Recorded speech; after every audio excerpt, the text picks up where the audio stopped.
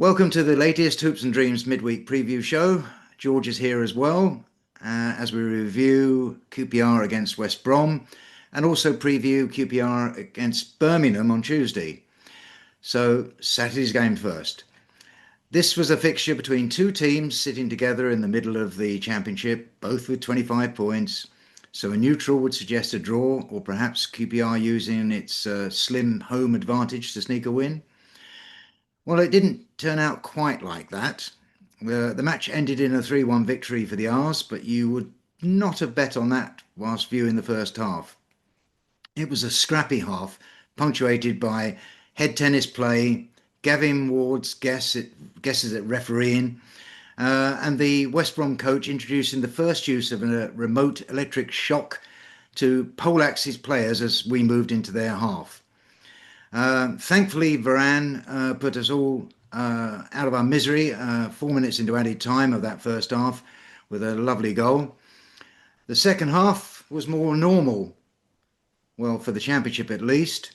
But Gavin Ward's dire decision-making continued, including a penalty ignored and random issuing of yellow cards, seemingly based upon the first thought that seemed to enter his vacuous brain.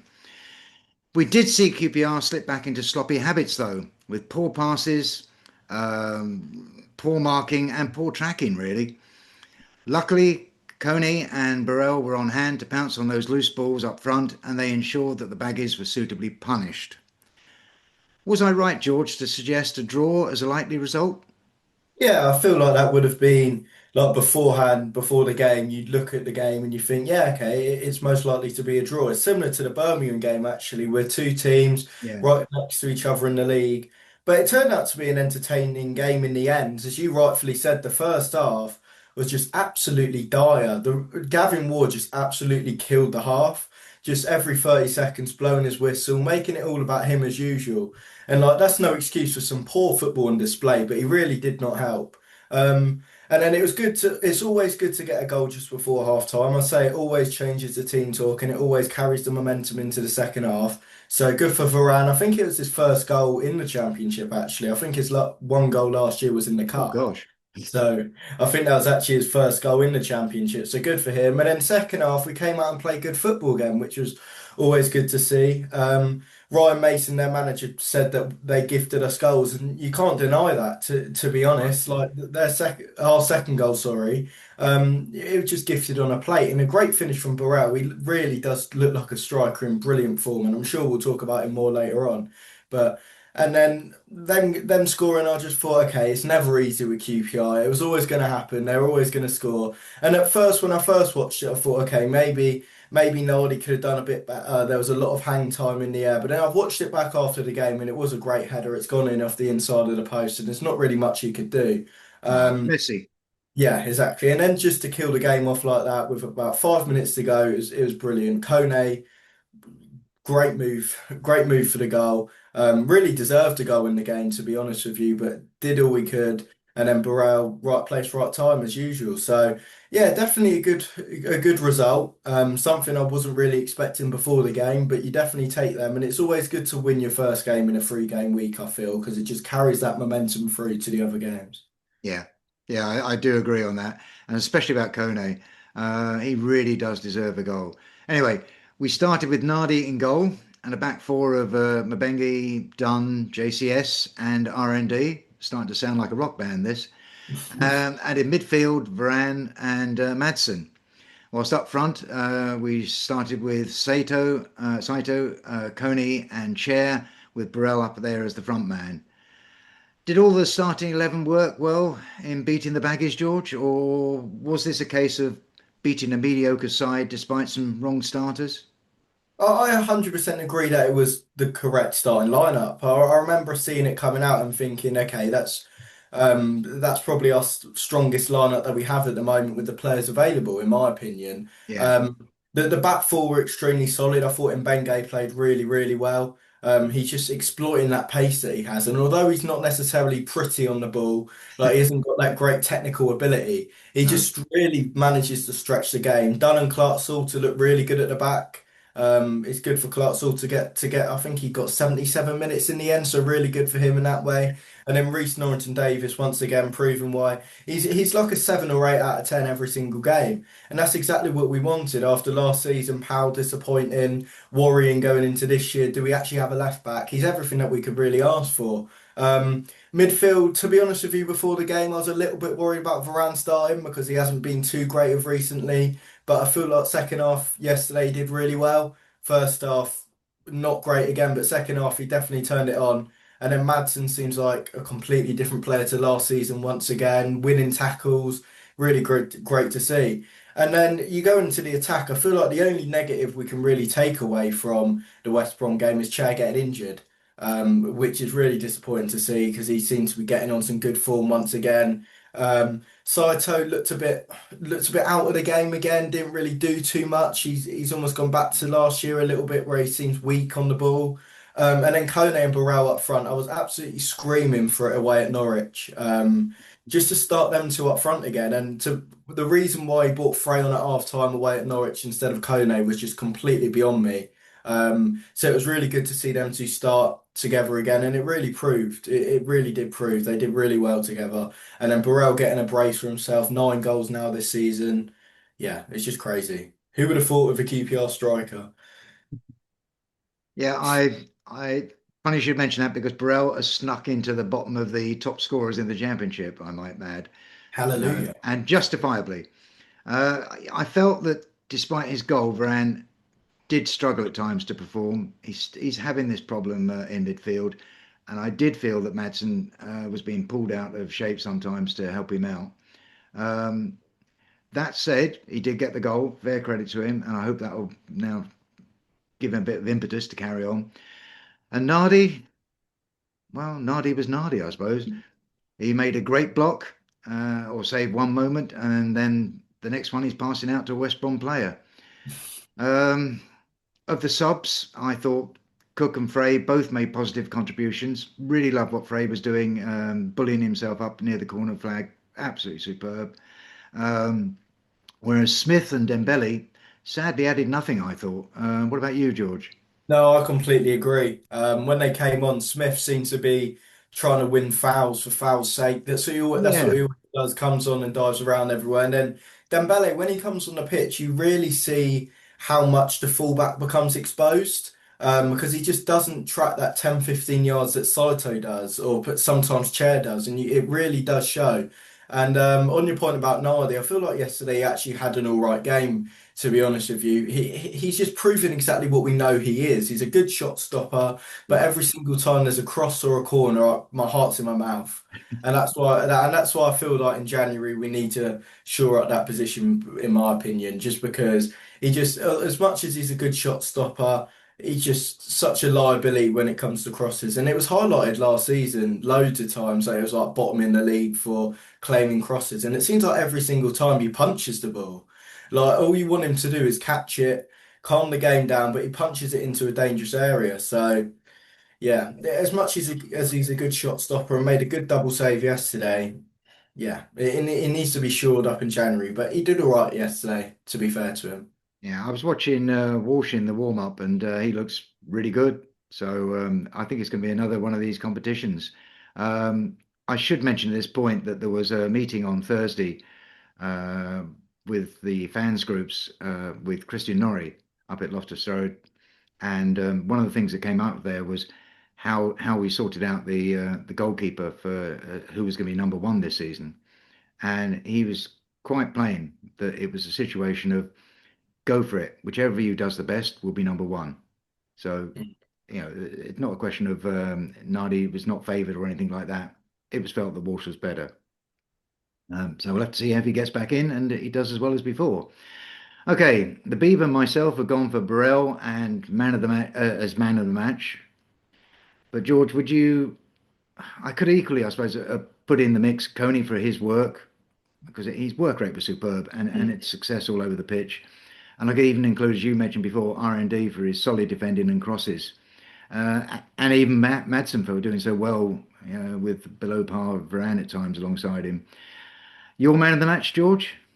I think I'd have to agree with you and say Burrell. As much as I feel like it could have been in Bengay, he did, as I said, he did really well yesterday. I feel like at some points in games he seems to get a little bit caught out, but that wasn't the case yesterday. Mm.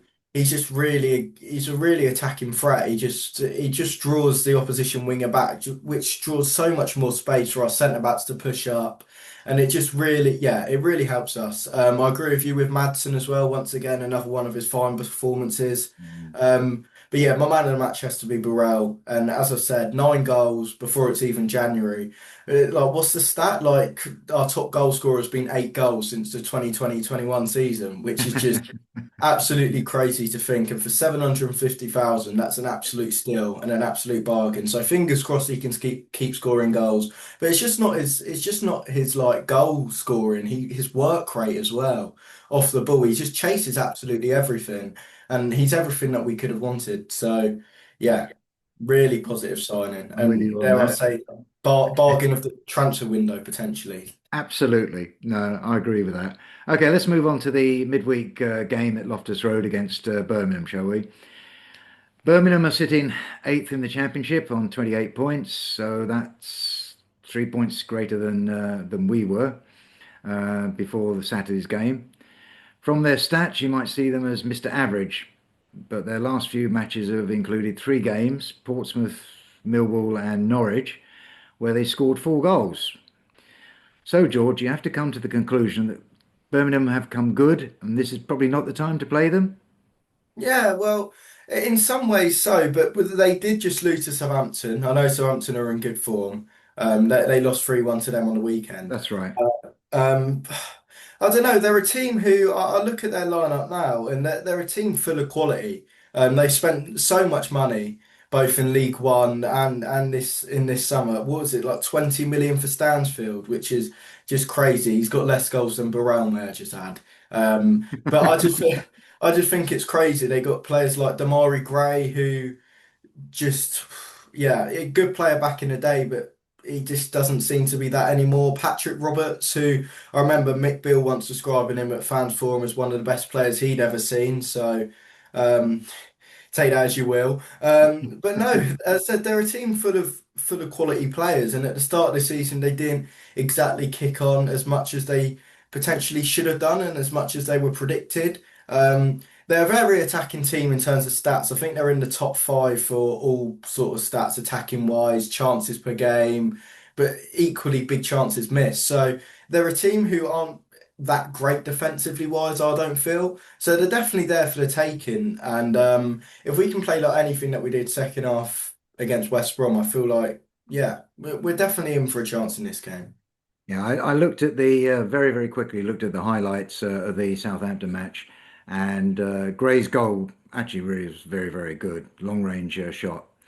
But I agree with what you just said about their defence. They were all over the shop. It's going to be an interesting game. Um, anyway, their away day was less successful than ours at Loftus Road. Looking at their stats, as you mentioned, they're a team that enjoys possession.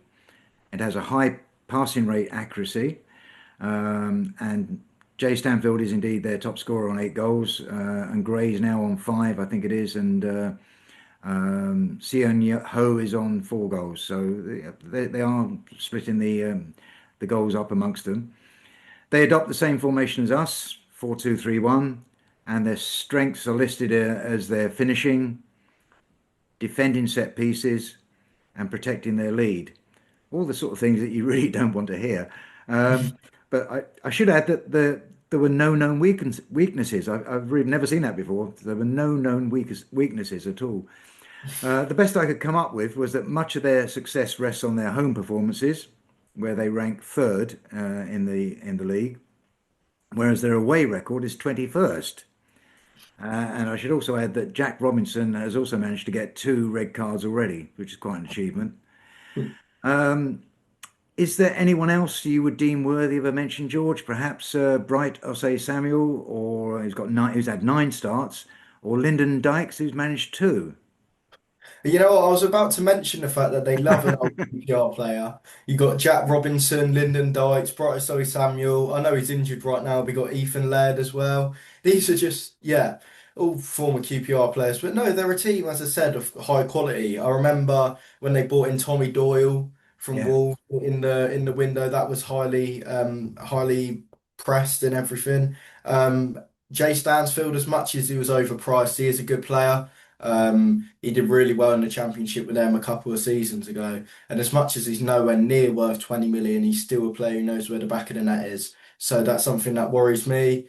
Um, and they've got a good player at the back called Clara, I think his name is. He's Austrian. I Oh, remember yeah. watching him in one of the first games of the season on TV, and his stats for the season, he's looked good. He won the most duels in that Southampton game, so he's definitely a good player. And as I said, they're a team full of individual quality, but I doubt to see whether they're a team who've fully come together yet. And that's really the key for a championship side, I feel. You can have all these players of great quality individually, but if you can't come together as a team, you're not going to perform. So fingers crossed we don't become Charity Park Rangers again, give them an away win which they've been wanting for such a long time. And yeah, fingers crossed.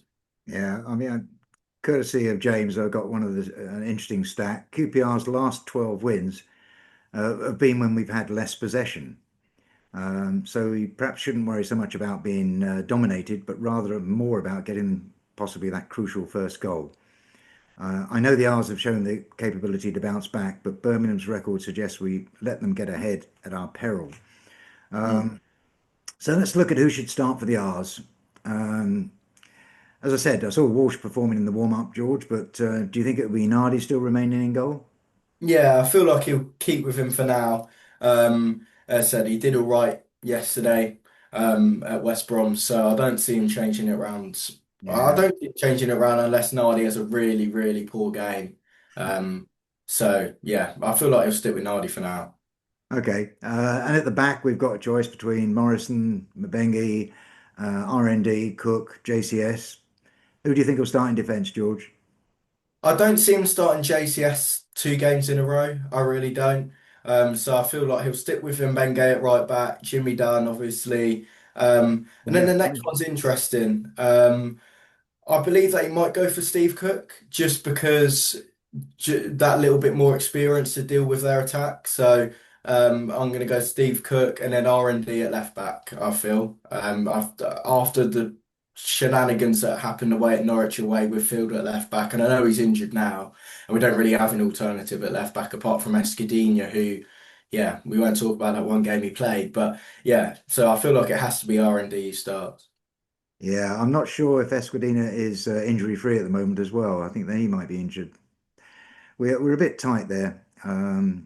Maybe this is an area that will be strengthened. Well, it has to be strengthened, I would have thought, in the January window if a good deal comes up. Okay, how about in the middle? We've got Varane, Morgan, Hayden, or Madsen to choose from. Do you think he'll go with the same starting pair? Yeah, I believe he'll start with Maddison and Varane. Personally, I think I'd go Maddison and Hayden for this game, So would just I. just because it shores up that midfield a little bit more. As I said, Varane had a decent second half yesterday, but I think I'd go Hayden and Maddison and then play Varane away at Middlesbrough.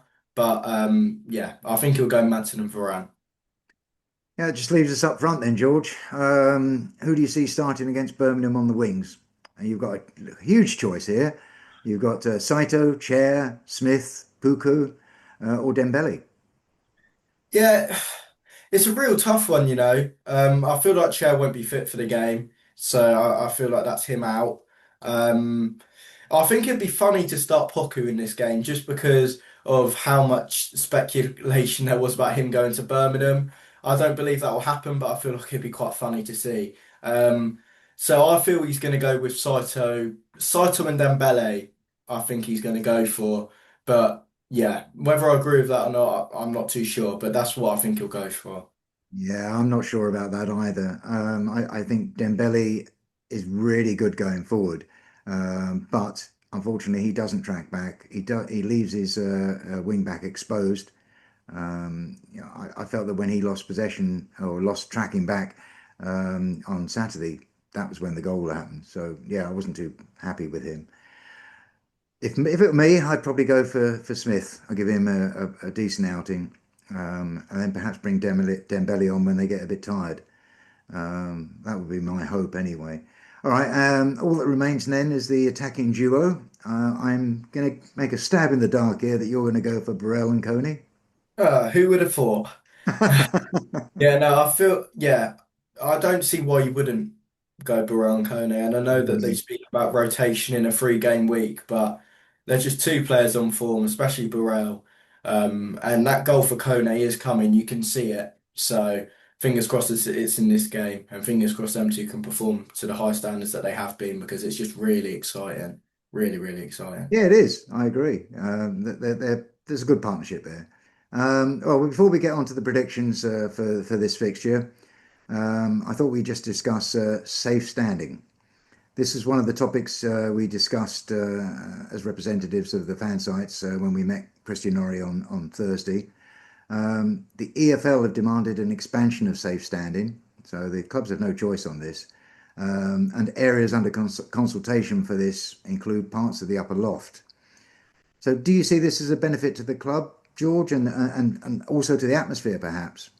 Yeah, I've always loved the idea of safe standing just because ever since it's been introduced in our block and in the lower loft, I feel like the atmosphere's really improved at Loftus Road, especially when we're winning or attacking. The atmosphere's really good.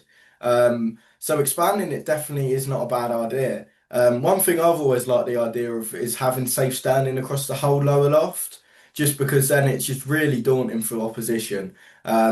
So I'd love to see that, as you said, they're thinking of putting some in the upper loft, which I'm assuming would be left side nearer towards the R block, just Yeah, to make that corner yeah, complete. But I yeah, really like the idea of it. It really generates atmosphere. So yeah, I'm completely not against it. yeah. I mean, I think whilst we're going to obviously worry about the additional costs because we're not getting anything back for that, I do really hope that it adds to the atmosphere, and I think it will. Attendances are up this season, and most seem to enjoy the style of football that we're playing. And there's no doubt that those already in safe standing are very positive about it. So, yeah, I think it's one to go for. Anyway, talking about things to go for, it's now prediction time. James and Dave are having as much luck predicting QPR results as we are, but you can always give your prediction if you're watching this in the comments below. See if you come up any better than us. So let's have your prediction, George, for QPR versus Birmingham.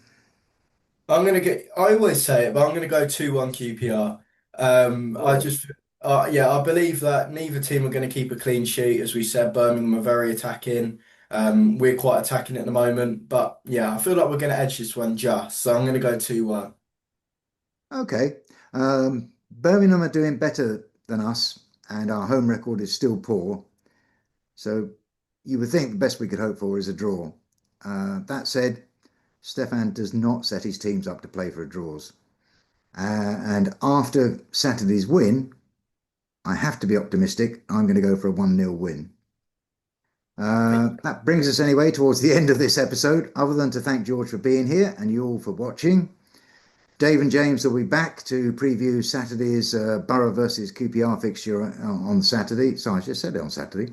And George and I will be covering at least two, I think, two of the Christmas Yeah, fixtures. 2. This seems a good time as any to wish you all a hoopy Christmas and a hoopy New Year. Come on, you R's. Come on, you ass.